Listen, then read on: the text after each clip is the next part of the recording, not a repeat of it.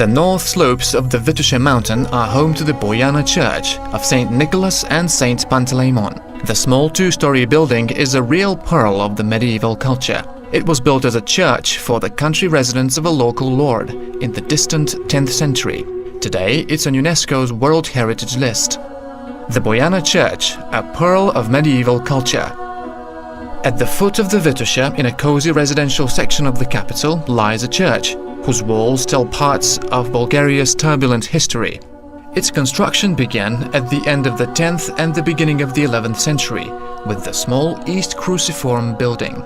It continued during the 13th century with the middle part of the church, with money provided by Sebastocrator Kaloyan and his wife Desislava. The lower floor was set as a tomb for the donors, and the upper one repeated the architectural look of the original church. The last part of this monument of architecture wasn't completed until the 19th century, with money collected by local residents. It looks as if pieces of history have been woven into the temple's construction. Stones from pagan sanctuaries, a sunflower and a vine on a piece of marble, a memory of an ancient ritual practiced here. Holes made of bullets and rifle butts from Turkish soldiers who tried to rob the church during the Ottoman rule of Bulgarian lands. In the ante room, we are greeted by marble friezes from a Roman temple, historical epochs interwoven in one sacred place, where faith is stronger than the rush of time. The Boyana church frescoes are among the greatest achievements of the Tarnovo painting school. They were painted in 3 layers, in the 11th, the 13th and the 16th century.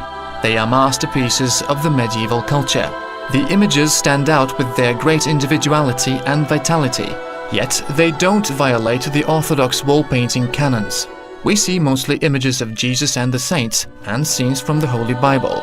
We can also see images of the founder of Constantinople, Emperor Constantine, and his mother Elena. The painting style shows full-blooded people with portrait features and inspired faces.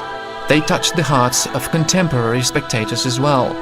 The scenes show domestic details of the life of the Bulgarians of that age. Fragments of the first painting layer have remained to the present day in the eastern part of the church. The second painting layer dates back to the middle of the 13th century. That's more than half a century before Giotto painted his most famous frescoes in today's Italy. There are more than 240 images in the Boyana church. Each of them has been painted with individuality and style. Along with the traditional biblical scenes, there are portraits of Sebastocrator Kaloyan and his wife Desislava, and the Bulgarian Tsar who reigned at that time, Constantine Asen, and his queen Irina. It is an interesting fact that these are the oldest preserved portraits of people from the Bulgarian history. Later period frescoes have been added in various parts of the temple. Some of them have survived to this day. People love coloring miracles with legends.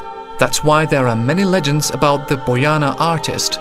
We somehow refuse to believe that an ordinary person can achieve such artistic perfection. The Boyana artist is probably a collective image of a group of artists from the Tarnovo painting school. They mainly symbolize the restless spirit of that age and don't stand out as particular individuals. The important thing is that their art has not only left a mark in the European painting style, but has also turned this small religious temple into an exceptional element of the global cultural heritage.